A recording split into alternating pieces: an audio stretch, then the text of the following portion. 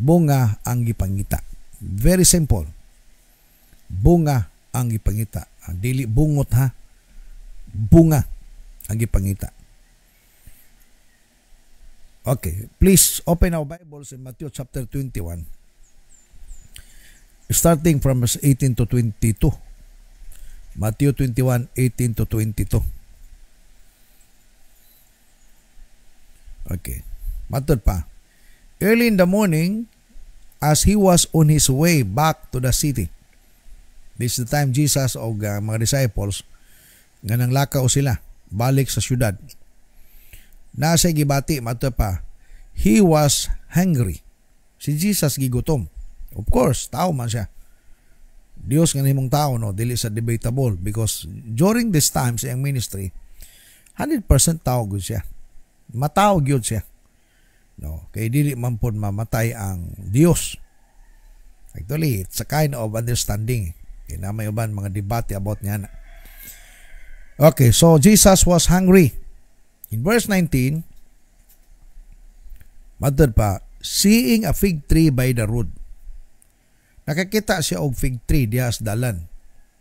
He went up to it, but found nothing on it except leaves. Matod pa. Sa dihang nagpaduol siya, wala gyud siya nakita nga bunga nini, gawas lamang sa dahon.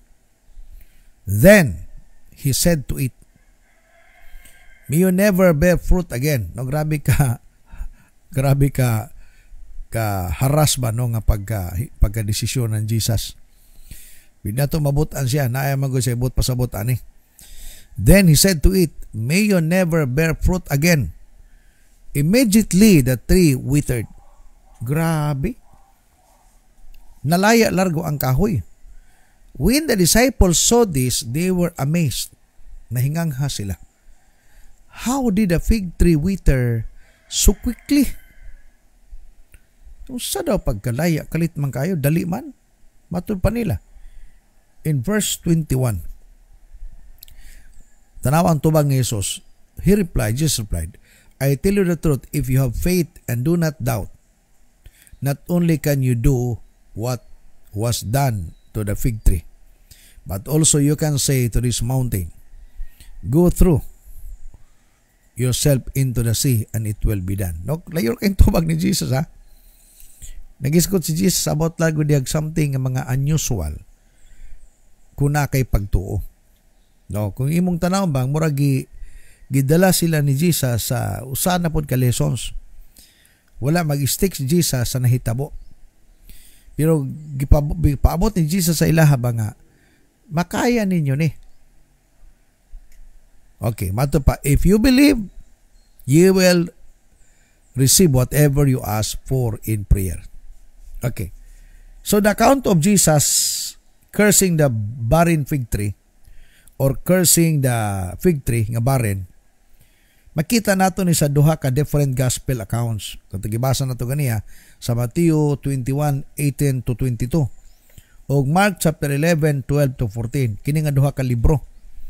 Marcos 11, 12, 14. Atong basahon po ni siya. Mark 11, 12, 14. The next day, as they were leaving Bethany, Jesus was hungry. Okay. Seeing in the distance a fig tree in left. Nakita lagi katong usa ka fig tree, perting dahon, dagang dahon ba? So he went to find out if it had any fruit.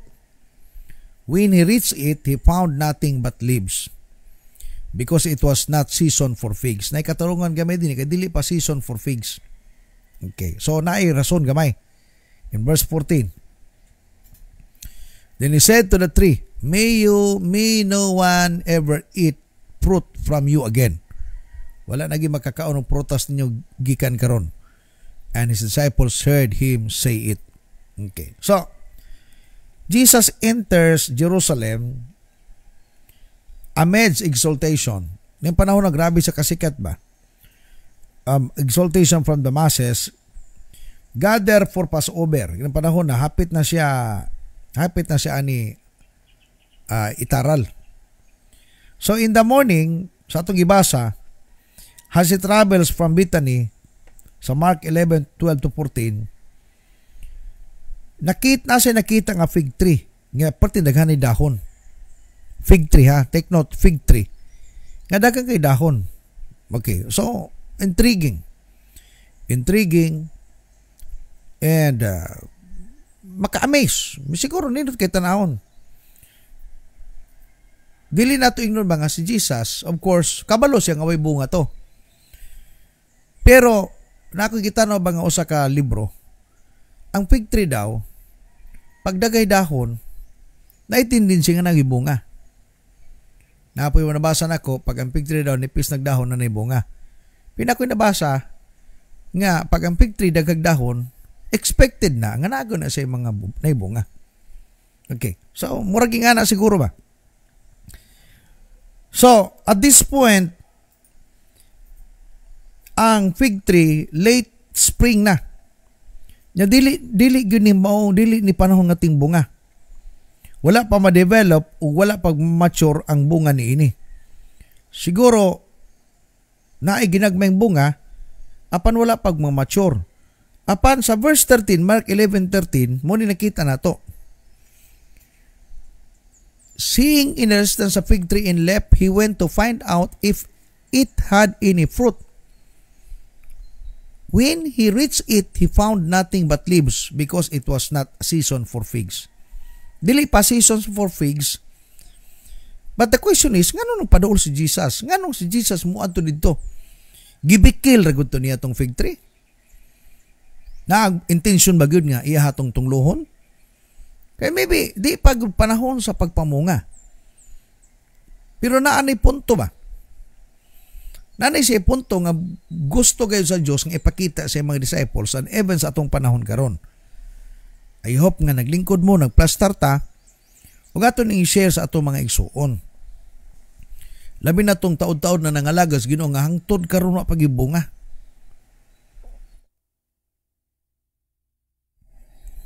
Hangtod karon ba nga murabag dahonon nga kaswanon apan wa gibunga, bisag bulak na lang wa gyud. Okay, so but this particular tree draws Jesus' attention because it already has a full covering of leaves. Nakadraw sa attention ni Jesus tungkol kay kining maong fig tree, perting daghan ay dahon. It's an early bloomer ba? Its foliage signals that it should have early figs. Matod pa, usar kini sa senyalis nga naagibisan bulak na lang. But it is very frustrating tungkol kay sa pagpaduol ni Jesus o pagtanaw, pagwiwi siguro niya sa mga dahon, wala gyoy bunga. With that expectation, Jesus inspect the tree.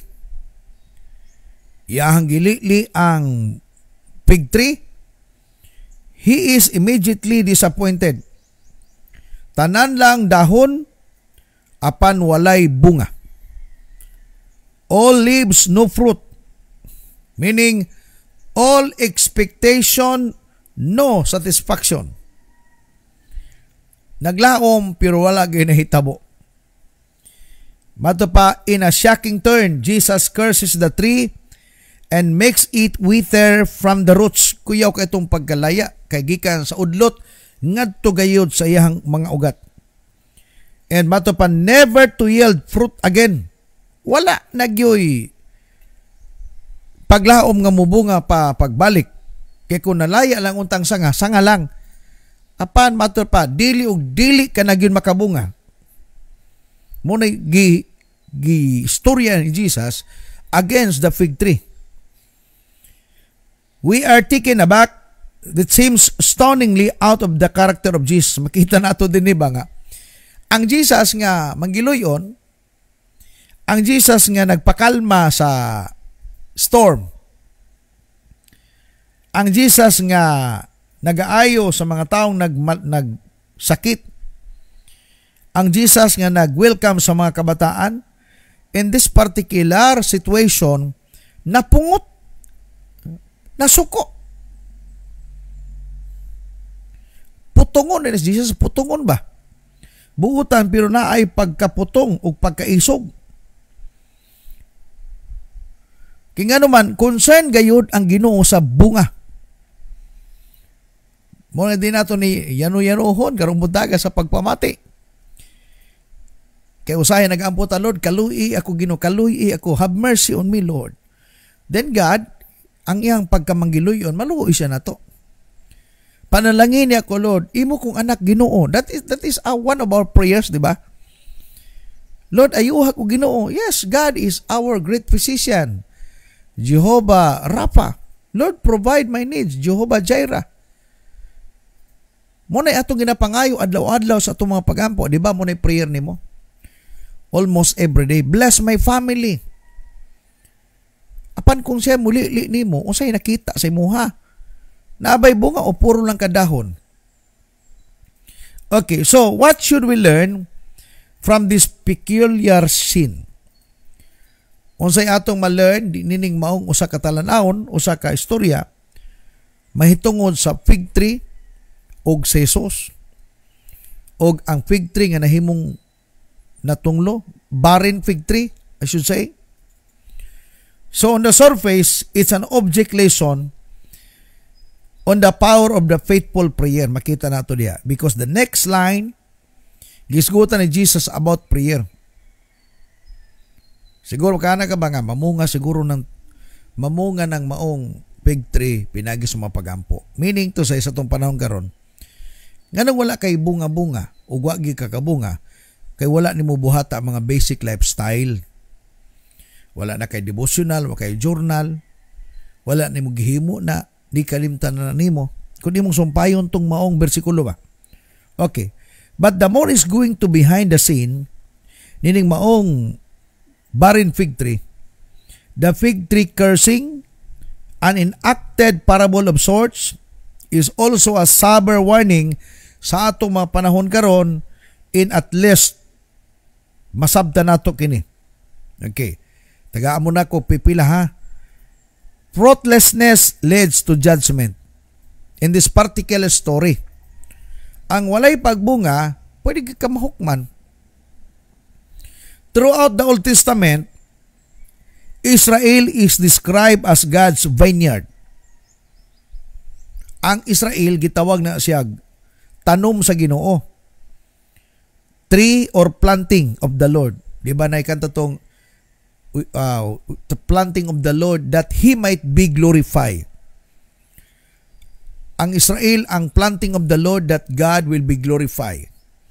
Madto pa sa Judges chapter 9 verse 8 anak up to 15. Makita na to sa maghuhukom 9:8-15.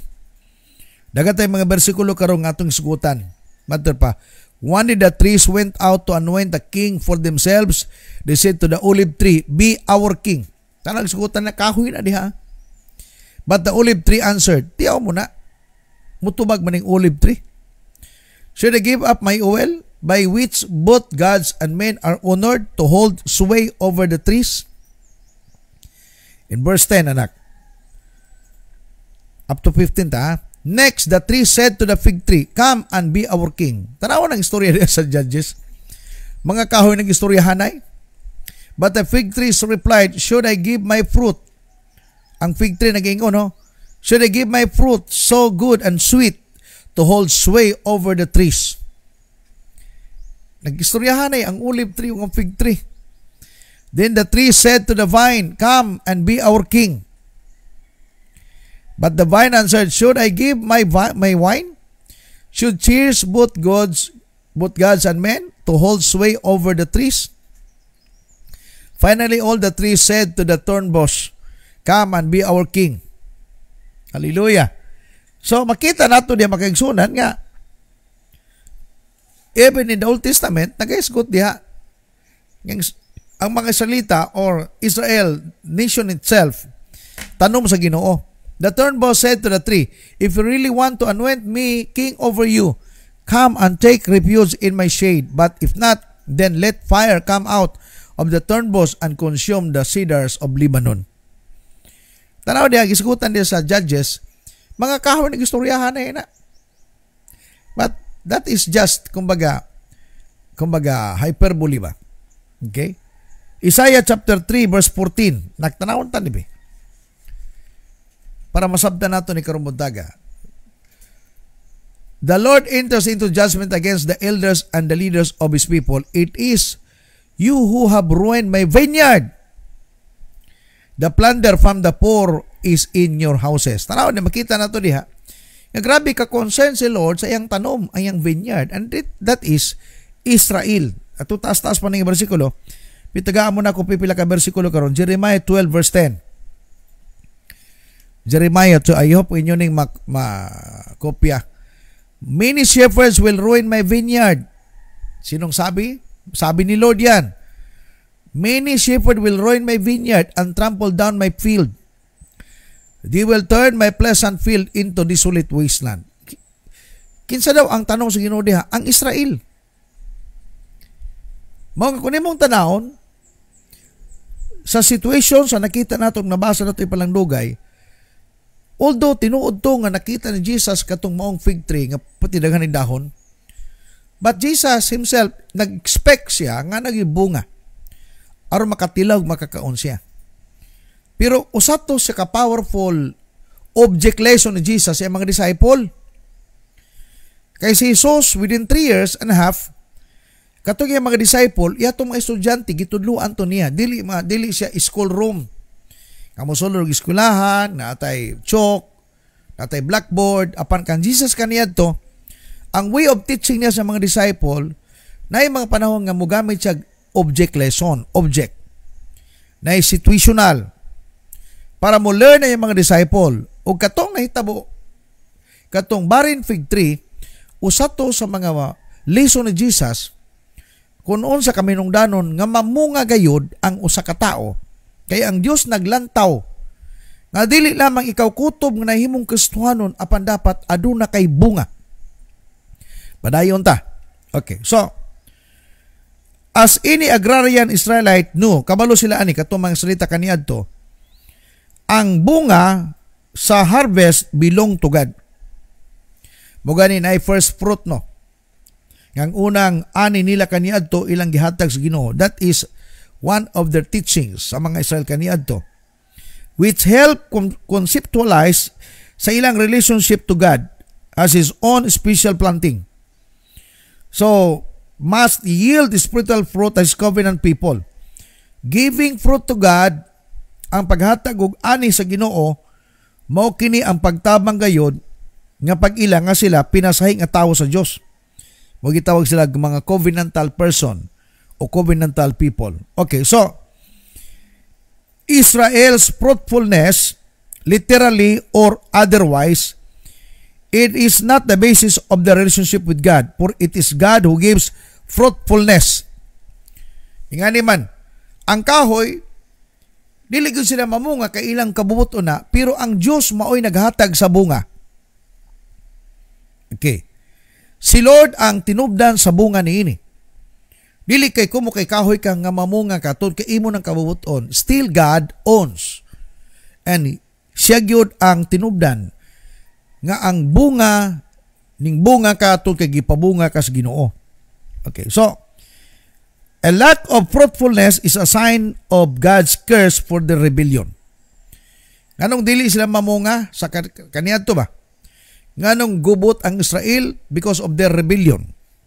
Nganong natunglo sila tungod sa ilang rebellion. Nganong nagkagubot sila because of the rebellion. So, kumbaga, sa metaphorical, ang mga salita kung fruit bearing sila nga kahop at fruit bearing tree sila nga fruit bearing tree sila. Pag dili sila mamunga, gitunglo sila. Kung wala sila victory, natunglo sila. Mo gani, they cry out to God for help. Gapan pangay sila tabang sa Ginoo kay ngano man kung wala na sila kadaugan meaning gibiyaan na sila sa Ginoo. Balik-balikan nato ha. Spiritually ang mga Israelita tanom sa Dios. So ang Dios mismo naglaom nga kini mga tawhana magapamunga kay ngano man grabe ang pag-cultivate ni Lord sa ilaha. Apan kung dili sila mamunga naa na problema. This foundational metaphor for Israel's spiritual health vividly blooms in the prophetic era. Ang panahon had come for God's people to yield fruit that would bless the world. Dapat mamunga sila tungkol kang ilang bunga morning maghatag panalangin sa kalibutan. Isaiah 27 verse 6. Balik ko na ako, si Jesus ng panahon na naghimo siya lesson alang siya mga disciple. And it is powerful kaya nga lesson na.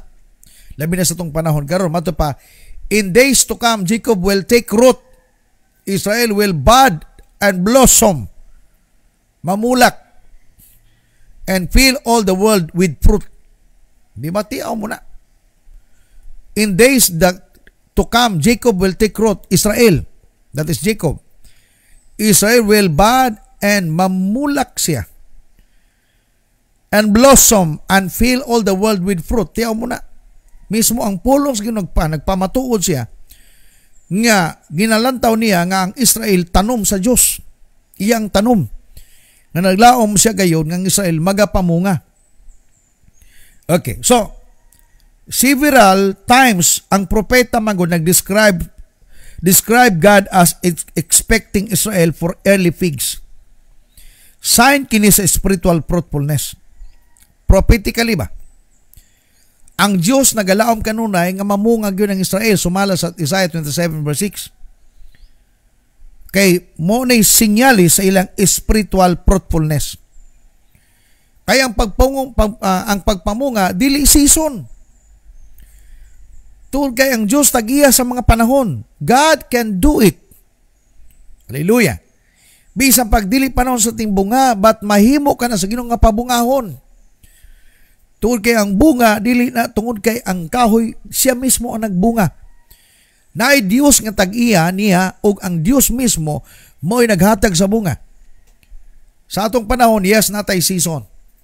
But si Lord, siya ang tag-iya sa season. I hope nakuha na ninyo.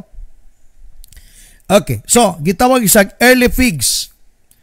That's why sa dihaming ato si Jesus sa pagtanaw niya tong fig tree, nga dagang kay dahon, laom gyud siya nga nagoy bunga. Muna gipakita niya sa mga disciple. Balik ko na ko object lesson yon. Yes, na literal gyud nga fig tree.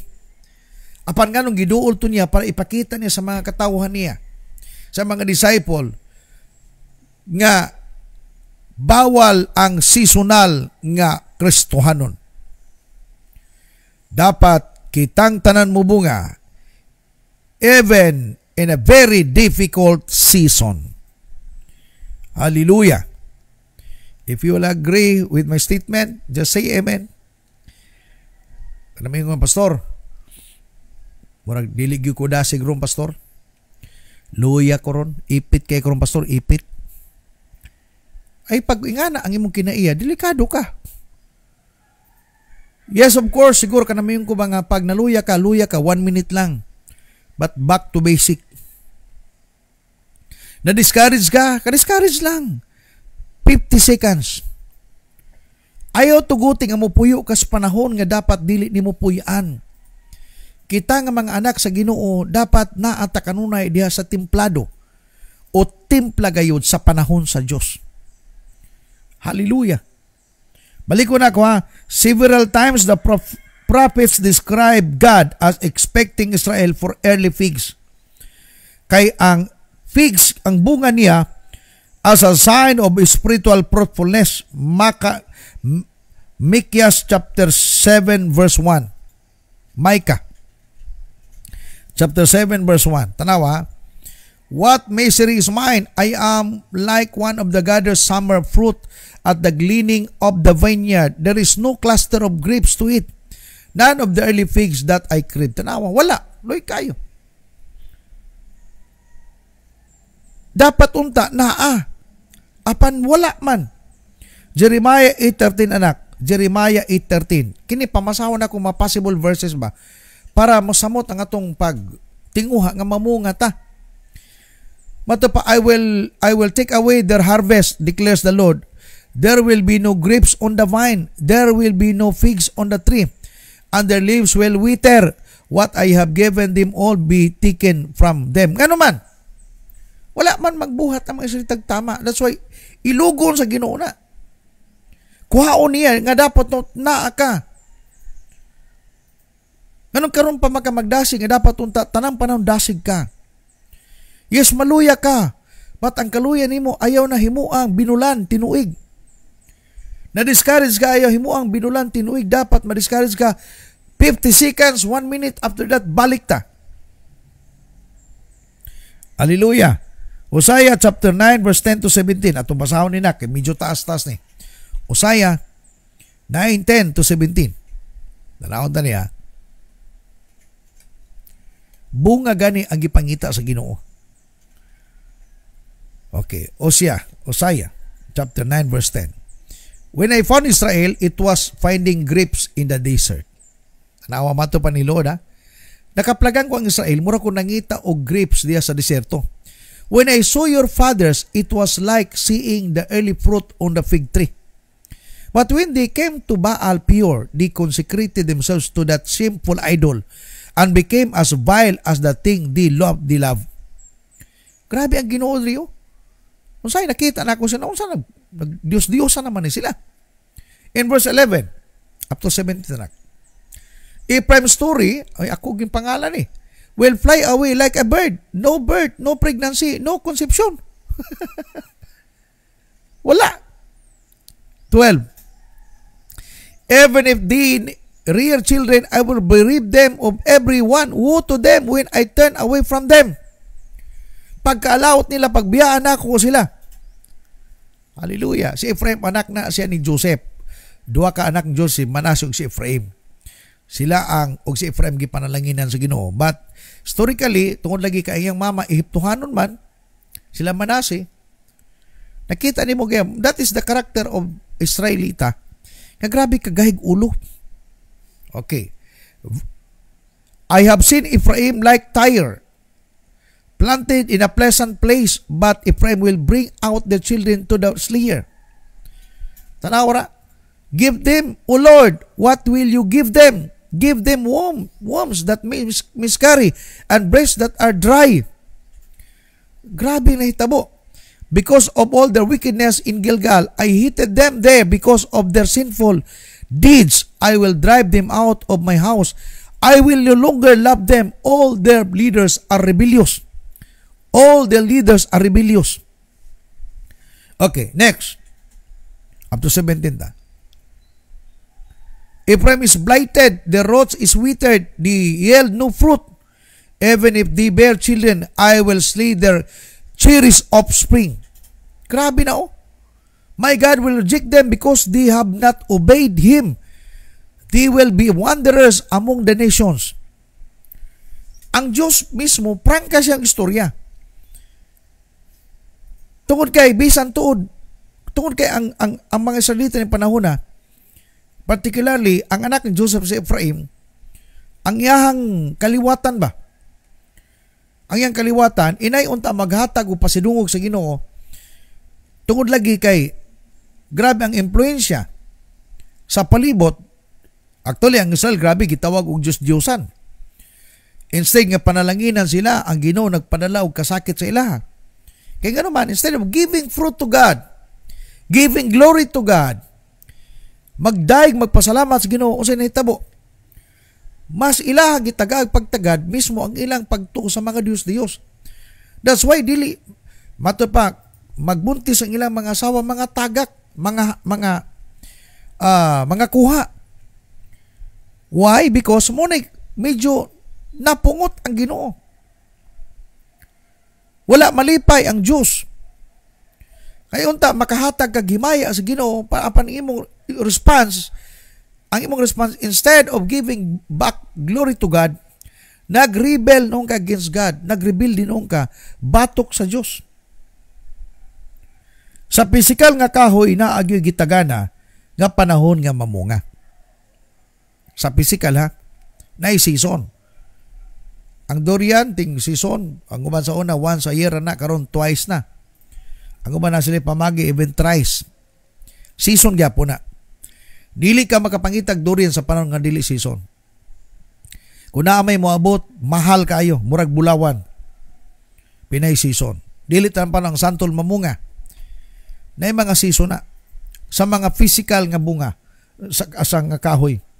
So, sa physical nga kahoy, nagyugitaga nga panahon alang sa pagpamunga. Pero nganong dinhi nga senaryo katong gibasa nato about the barren fig tree, nganong gitunglo ni Hesus kay wala mamunga ang igira nga dapat unta matud pa dili pa man ting bunga. Dako kayo ni siya og kahulugan sa atong panahon karon. Kita ang kahoy nga gilauman sa Dios nga mamunga gayud unta. Sumala sa itong labasa, ang Israel, kahoy nga tinanom sa Ginoo. Og naglaom ang Diyos nga mamunga. The church now, and we belong to that, kita ang spiritual planting of the Lord. Kita ang kahoy sa Ginoo. Naglaom siya nga unta, dili kita sama niya ng kahoy sa Biblia nga gingon karon nga kinahanglan pang moabot ang tamang panahon usa mamunga. Dili pa man season sa igera o di pa man season sa fig tree. Naay katarungan. Apan ang gusto sa Ginoo in this story right now nga atong gitakel, nga anytime makahatag na unta kita sa atong bunga kaniya. Ug bunga nga gusto sa Ginoo, fruit that will last. Prutas nga magpadayon. Bawal ang seasonal nga Kristohanon. Very kumbaga frustrating sa part ni Jesus, but because he finds no first ripe fig, wala gyud bunga nga nakita. In Hosea chapter 9:16, anak, tanawon na nato ni. Hosea 9:16. Ephraim is blighted, their root is withered, they yield no fruit. Tanawara ko na, even if they bear children, I will slay their cherished offspring. Inga nang Ginoo kalagot sa Ephraim, sa Israel. Inga nang kalagot niya, kung ano man, wala man yun. Wala mamunga eh. Ang tagal na, hindi pa rin nagbigay bunga. Ayop nakuha niyang punto ba, karong buntaga. Bugay ako maningkamot ko kay sa Bible. Ang Israel na tunglo. The entire Israel, kabahin, apo man na ni Israel si Ephraim. Para sa inyong kasayura, anak ni Joseph. Igsuon niya si Manasseh again. Okay, so, God pours out the curse of barrenness. Nganong gitunglo niya, bisang gani ang kaliwatan, to kay wala mamunga. Nalain ang Diyos. Si Jesus, sa story, sa itong gibasa di palang dugay, medyo dismaya siya. Daghan na kag dahon, piwala kay bunga. Israel becomes a rotten fig. Jeremiah 29:17. Rotten. Hallelujah. O sa gingon diha, 29:17.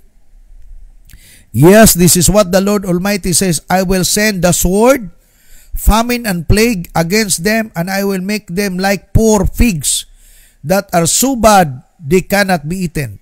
Lata, baho, daot, nga dili gyud makaon.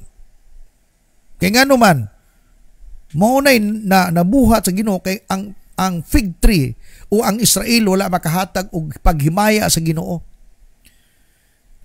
Expected man guna, Brad, mga paiskiyan. Expected na ni Lord. Nga pag ikaw giluwas niya, gipakamatyan sa cross, nahimo kang born again, nahimo kang kaswanon, naglaom siya nga mamunga gyud ka. Dugay na ka nangalagad apan wa kay bunga, nagkadaghan imong bungot apan wa kay bunga. Naunsa ang pagkaunsaa? God is expecting something, fruit that will last. Nga gusto niya matilawan, makita sa kinabuhi nato. Okay, so think about your own figs. Karong buntaga, sige daw, una-una daw, ang imong kaugalingong figs. unta dili na mawala. When the disciples asked Jesus to explain what was just transpired, nining maong sitwasyon nila, he paibot the talks about prayer. Di ba? Si Jesus wala niya to baga directly ang mga disciple. Natunglo na kay wa magibunga mga anak. Apan mato pa ni Jesus, nigiskot sa mga pagampo. Pagtuo. Nagpaibot largo siya, talks about prayer. Why? Though they do not yet fully understand, they will be the new caretakers of God's people. Matthew 21:33-45. Wala sila kasabot ato. Pero gisgutan ni Jesus about prayer. Mato, listen to another parable. There was a landowner who planted a vineyard. He put a wall around it, dug a winepress in it, and built a watchtower. Then he rented the vineyard to some farmers and went away on a journey. Nawa, when the harvest time approached, he sent his servants to the tenants to collect his fruit. This is a parable. The tenants seized his servants, they beat one, killed another, and stoned a third. Then he sent another servant to them more than the first time, and the tenants treated them the same way. Di ba gisugo, paningil ato, bunga to. Apan, hitabo sa katong mga tenant, gibirhano ng sinugo sa tagya. Last of all, he sent his son to them. They will respect my son, he said, matud pa. But when the tenants saw the son, they said to each other, this is the heir. Come, let's kill him and take his inheritance. So they took him and threw him out of the vineyard and killed him. Therefore, when the owner of the vineyard comes, what will he do to those tenants? He will bring those riches to a rich end, they replied, and he will rent the vineyard to other tenants and will give him his share of the crops at the harvest time. Jesus said to them, have you never read in the scripture, the stone the builders rejected has become the capstone? The Lord has done this, and it is marvelous in our eyes. Last two verses. Therefore I tell you that the kingdom of God will be taken away from you, given to a people who will produce its fruit. Tanawar ko na. Kuhaon ang gingarian sa inyo o gihatag kini sa mga taong nagapamunga. He who falls on this stone will be broken to pieces, but he on whom it falls will be crushed. O sa ibot pasabot ni Jesus na ini, usa sa mga lesson nga iyang giitsa sa mga disciple, nga kinahanglang atimanon nimo ang imong kaugalingong mga tanom. Maybe ikaw, dapat mamunga ka, mamunga ko. Kung na kay tao karon, dapat sila magapamunga. Kay matod pa, kuhaon pangana kaniya kung dili siya magapamunga. Ihatag ngadtos nagapamunga. And Jesus teaches here that He will do this by the power of faithful prayer. That's why balik ta sa basic again. Nganong dili ka magapamunga? O dili magapamunga sila? Tulke wala nimo gidala sila diya sa mas mainitong pang mga pag-ampo. Tanaw na to ang sitwasyon sa itong mga simbahan karon. Kumusta ang inyong mga prayer meeting? Di ba mas daghan pag na birthday, pag prayer meeting wala na kay manambong. Kaya nga naman wala na matagag na kung pagtagad. Usay mo ato sa itong mga quotation largo, for there are two or three that gathered together in the name of Jesus, na si Jesus. Muna atong quotation largo. Kay kabalutang ang simbahan nato, layo na kaita. Wala na prayer. Ang pinaka-importanting ministry nato is prayer. Kanang tinud-anay nga mga pag-ampo, that's why gidala sila ni Jesus balik diri. Na-remember nato si Jesus before sa mingsulod sa Gethsemane, nabilin si Peter o gantulong nga kauban nga mato pa diri lang mo kay mosulod ko dito kay mag-ampo ko. Pagbalik niya si Peter asa na nga tulog. Watch and pray. Gibalik diha. Kaya gina-check lang nato baka rumunta ka. Kumusta ang prayer nato sa tumang kasimbanan? Naapa ba nagtikaw-tikaw? O nga ban wala na? Yes, Sunday. Naata pagka Domingo nanimba ta. Pero ang tinud-anay makaigsunan nga trabaho nato, hallelujah, kini mga pagampo. Ako mo bilib pa kog mga Kristiyano nga grabe mo apel og mga prayer meeting. Kay importante na pagayo. Moga si Jesus wala na baga ang mga pangutana sa mga disciples ni ato sa mga pagampo kay importante pagayo. Okay, naay mga lesson karon nga gusto na ko siya sa inyo ha. Ang kanindot sa kahoy dili madayeg tungod kay siya daghan og dahon. Tawa ha? Ang kanindot sa kahoy dili madayeg. Yes, of course, maka-amaze gina siya. Apan tungod kay siya adunay mga matud pa ang the more ma-amaze ta sa usa ka punuan kung naa sa bunga. Pero usahay nato ma-divert ang atong atensyon, makaana ta wow kanindot ning kahoy, kanindot sa mga dahon. Apan dili man na mo pinako-concern nato dapat unsay kaayuhan sa dahon, tanawa ha? Nabay kaayuhan makuha na to sa dahon? Nindot nga tanahon, pwede masilungan. Well, nindot kayo. Christian nga puno og talento apan wala pagyoy disipulo. Ang but pasabot ni ani, grabe kanindot gyud. Makakita ka kaswanong may mo gitara, may mo keyboard, may tanan talented, may tingog. Ang tawag nato dahunon nga kaswanon ba? Dahunon. Grabe ka generous, manggihatagon, dahunon kayo. Apan puntuhon nato karon buntaga naa na ba kay disipulo? Because ang disipulo diha mo na fruit that will last. Ang tagal mo na nagtutugtog sa church, ang tagal mo nang sigurong nagiging katulong sa church pero wala pa ring nakitang bunga nimo. Nabisan nimong kaugaling mong pamilya, di kay ka makadala sa imong bana, dili mo madala imong asawa, dili nimo madala imong anak, dili mo madala imong ginikanan because there is something wrong. Yes, naday ka full of talent ka, skillful kayo ka. Dahunon nga kaswanon. Dahunon. Full of leaves. Apan Jesus na prostrate siya kay gusto siya mutanaw o mutilaw sa bunga. Ang bunga ang gilauman nga makita. Ang napansin, of course, ang dahon. Apan mag-unsa man ang dahon kung walay bunga. So what is the spiritual lesson for the fig tree? Or barren fig tree? Be careful of false spiritual appearances. Be careful of false spiritual appearances. Bantayan nato ning spiritual appearances. Nakasininag puti, may mutugtog, nagbitbit og Biblia, of course nindot man natanawon. Leaves gani, leaves. Bantayan nato false spiritual appearances. Jesus cursed the fig tree because it had appearance of seasonal fruitfulness.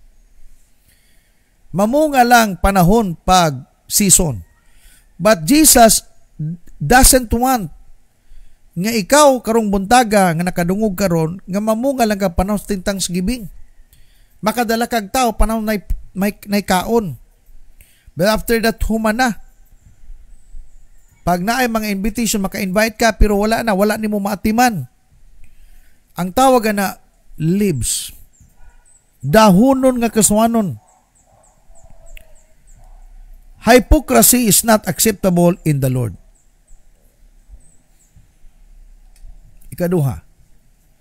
Hypocrisy is not acceptable in the Lord. Leaves leaves. Hypocrisy yun. Grabe, pagtanaw ni Jesus, dagang dahon. I believe kabalo siya kung ito'y bunga. Pero ang iyang mga disciple, expected po ito nila. Excited sila mo tanaw. Pagtanong ni Jesus, ang nakita nila, lahi na. Nangalaya, largo, direct na laya. Because, hypocrisy lang eh. Hypocrisy is not accepted in the Lord. Mato pa ni Matthew Henry, na ako'y gibutang diha. Mato pa ni Matthew Henry. The fruit of the fig trees may justly be expected from those who have the leaves. ang bunga daw sa fig tree justly be expected, but from those who have leaves. According ka Matthew Henry, sa iyang sulat man to pa, pagdagang kag bunga, expected yun nga naagi kay, pagdagang kag dahon, expected nga naagi kay bunga. Talented ka, gwapo pa, gwapa pa, grabe maayong tingog, bright, really grabe yun ka bright, expected nga naagi kay bunga. Kay man, you can talk, you can sing, you can play, grabe ka fluent, manulti, lauman ginato na according ka Matthew Henry, Christ look for the power of religion from those who make provision of it. Hallelujah. Mga pag kusog ka manulti, may ka manulti, ipakita sa imuhang bunga, dili sa imuhang talento. Kaya may mga tao sa itong simbahan, pasulti ako yaw, kaya manulti. May pamugaray ana, pero wala. Bisang gani, ang kauguling pamilya, wala ni madala. Kung na may nadala niya, badlungon lang gihapon. Hallelujah. Okay, so, napa? Matawa din the cursing of the fig tree is a sobering reminder of just how much the Lord hates hypocrisy. Ang pagtunglo sa fig tree, nagpamatuod kini, nagpainomdom kini, kung unsa gayod ka gikaligut-gutan sa Ginoo ang pagpakarong ingnon. Ingon nga Kristohanon, as Christian, we must live consistently with what we say we believe.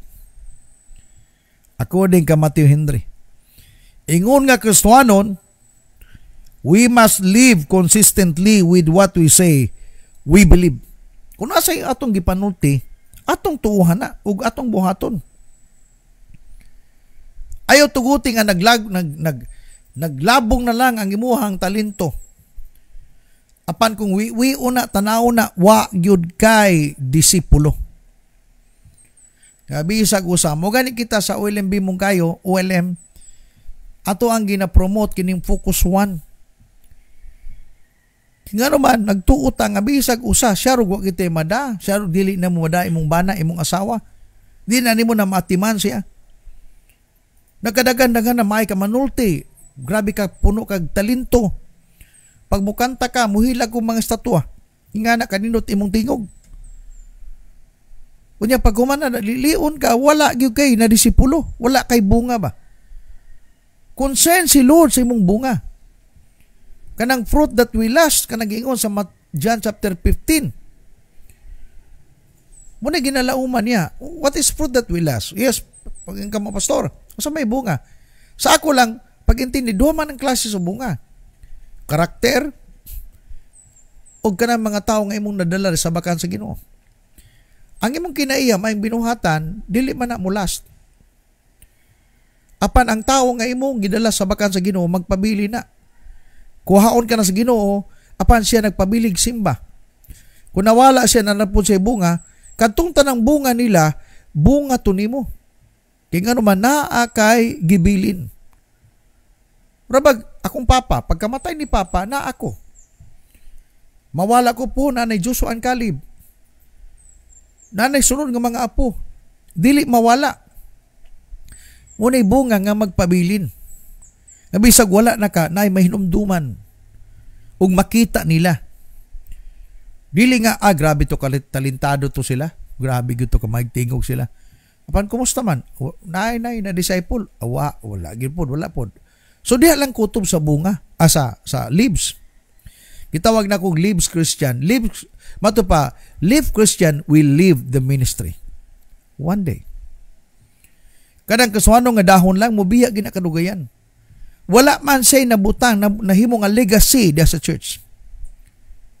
Timanin na ninyo. Obserbahin na ninyo sa simbahan. Kato mga talentado nga mga tao, apan di mo bunga, mawat kadugay, mawala na di kadugayan. Kapuyon man na sila, kaya wala sila involvement. Labi na ito mga Kristiyaano nga di mo apil og cell group, di mo apil og simbalay, pero talentado. Puno na sa dahon. Pagpasulti grabe may manulti. Apan kung lion nimo siya, wala gyud siya ibunga. Nga dili siya nahimong blessing sa iyang isig katao, even sa iyang workplace, even sa mga workmates, even sa iyang classmate, even sa iyang kaubanan sa iyang trabaho, o dili siya panalangin. But he can talk, full of talents, skillful kaayo. Apan pagduulon sa ni Jesus, dahon ka lang, wala kay bunga. Ang gikalipayan sa Ginoo, dili ang imong pagsigig sayaw, dili ang imong pagplay sa imong gitara, dili imong pagtugtog, pag-awit nimo. Dili na mao ang gikalipayan sa Ginoo. Ang mas nalipay siya sa panahon nga imong gitagag panahon, ang pagdalag-kalag. Kay ngano mo na hinungdan nga si Jesus namatay sa cross, tao kalag. Namatay ba siya dito para sa imong talento? Namatay siya dito para may kamusayaw? Nagdupa siya sa cross para ba makabaton kag maayong tingog? Apan dili na mao. Yes, salamat sa mga talented nga mga leaders. Salamat sa maayong tingog kay magamit na alang sa panag-awit. Apan dili ta diha nag-highlight gayon sa itong ministry. Ang atong ministry nga atong nagdala kitag kalag sa bakan sa Ginoo, mao nay gusto nga makita ni Jesus nga gipakita sa mga disciples. Disciples, my concern is not the leaves, but my concern the fruit. That's why pagtanaw ni Jesus, yang gitunglo largo ko kasi nakita, grabe na amaze ang mga tao. Minis itong panahon karon, pag ang tagal mo na naglilingkod kay Lord, piwagi kay gihimo, kadugayan, tanawon niya, mubiya ka, muatras ka, kapuyon ka, kay nga naman, wala kay tamang inspiration sa imong pagpangadag. So, kay hangtod karon, wala pa'y tao nga imong nadala diya sa bakan sa Ginoo. Hallelujah. Importante na. Huwag lang magiging talentado, skillful, singer, dancer, pero walay na bless imong life, wala kay taong gidala sa bakan sa Ginoo. I hope bisag usa lang maningkamot ka. One time bitaw katong usa matupa usa ka parabol, for 3 years ning adto siya apan wala gyud nakitang bunga. Yan ang ipaputol. Munay tugbang eh. There's only one. Grabe bisag usa ka buk wala gyud bunga. Yan ang ipaputol. Mato pa sa kritik, ayaw sa sir, tagay ko 1 year. Kaya ako ning kanalan, ako ning butangan og fertilizer. Ako ning atimanon for 1 year. Kaya basig mamunga pa. Kundi mamunga, putlon tani. Jesus is concerned about our fruit. Hallelujah. Concerned siya sa atong bunga. Kalipay no nato. For example, ikaw asawa, nangalagad ka, then nadala nimo imong bana sa pagpangalaga sa Ginoo. Bunga na nimo.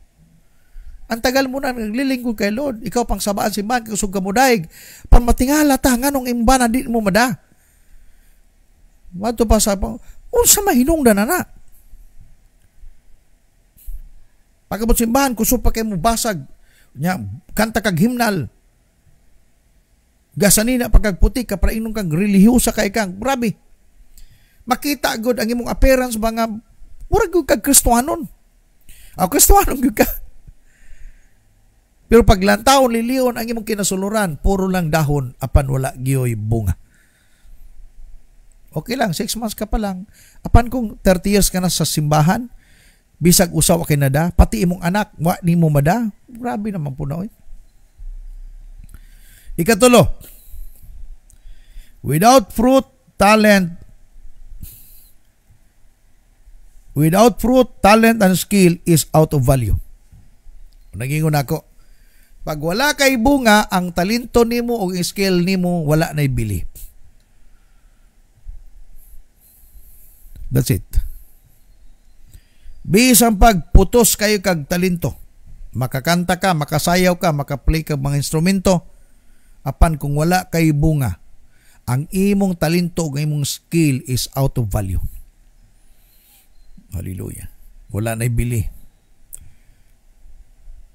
Wala ibili. Grabe ka ka-generous. Apan kung wala kay bunga, dahon lang ka. Nagdaghan lang kag dahon apan wa kay bunga. Dapat makabaton kita ni ana. That's why karon daga usa ni kada kong challenge na to. Labi na kang dugay-dugay na ka nagsimba nangalagad sa Ginoo. Apan kung wala gyud kay bunga. Usa ni kadako kayong tamparos ba sa atoa. Dako kayong rebuke sa atoa. As believer ni Jesus.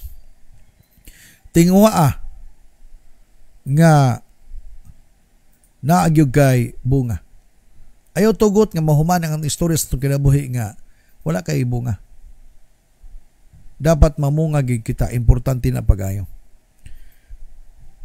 Pagkanindot kung pananglitan gani talentado ka, talented ka, skillful ka, pag human na pag kay disciple, na kay gidala, na kay giatiman nga tao, na kay tanaw to John chapter 15 verse 16 be. Mato pa diha, you did not choose me, but I chose you and appointed you so that you might go and bear fruit. Specifically, fruit that will last. And so that whatever you ask in my name, the Father will give you. Sige tagpangayo. Apan wa ta mo tuman sa sugo sa Ginoo. Sa may sugo niya na to, win and make disciple. Daghan tag mga talentadong tao sa church. Apan check ko na to, puro lang dahon. Dahon lang. Nga dili man na importante. Kung nagtanom ka og mangga, kung puro na dahon, mas may pag-imo ng gabason, pwede pa na imo himuon imong pididos o himuon imong sugnod, magamitan pa. Kaya kung ang design sa mangga para lang yun silungan, dili na design niya, dili na role niya. Ang role sa mangga, maghatag og lami ang bunga.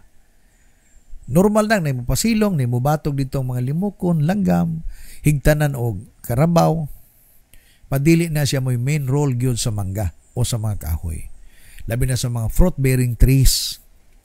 Ang ilahang pinaka-role, maghatag og bunga sa nagtanom. Kay makaani, makabaligya, makakaon. The same po na kita. Sa gitanom tas Ginoo, dinis kalibutan, kita may tanom ni Lord aron siya mahimaya. Hallelujah. O maghatag tagbunga sa yaha. Tao nga giluwas usab niya nga kita'y ginagamit sa Ginoo. Balikon ako, without fruit, talent and skills is out of value. Mato pa ni Jesus, fruit that will last if you did not choose me. 15:16 of John. But I chose you and appointed you to go and bear fruit. To go and bear fruit. Hallelujah. Dapat kung may dahon, gamay lang. Kung daghang kag dahon, praise God, pero daghang po kag dapat bunga. Pastor, na ako'y gatiman ka mo sa lang kabuok. Ampingin na. Ampingin na. Kung nakay napulo, praise God. Apan ampingin ang usa. Kaysa dugay na ka nangalagad, wag giampingan.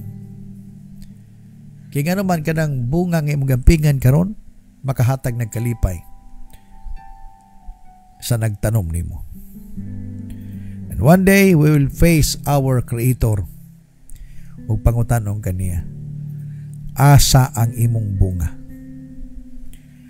And then you can tell our God na siya, Lord, siya nga kong bunga. Fruit that will last. Fruit that will last. Mawala man ta, apan magpabilin siya. Mawala man siya, na napoy nagpabilin. Bunga to nimo. Well, mga bunga, kinaiyahan, that's part of the fruit. But sa ko nangingon sa Galatians, the fruit of the Spirit is love, joy, peace, patience. Karakter man na to. Sa dihang nangalagad sa Ginoo, dapat mo na makita. Lain po nangalagad sa Ginoo, ikaw palaway kay ka. Apan nangalagad ka sa Ginoo, ug ang bunga, kugma. Apan dili man na silang siya importante. Ang pinag-importante, katog yung bunga nga magpabilin. Kaya mo na gusto gayud makita, matilawan sa Ginoo. Kaya mo na hinungdan nga si Jesus namatay sa krus. Kalag. Dili talento nimo. Namatay sa dito para magkatalento ka, dili. Namatay sa dito para magka-skill ka, dili. Magkagwapo, magkagwapa ka, dili. Apa namatay si Lord dito aron adunay kalag nga maluwas. Ug ikaw ang gamiton sa Ginoo. You are the planting of the Lord, that our Lord Jesus Christ be glorified. Dapat mag-glorify siya sa atong life by bearing fruit. Dili pwedeng walay bunga. Kay bunga ang gipangita gayud sa Dios.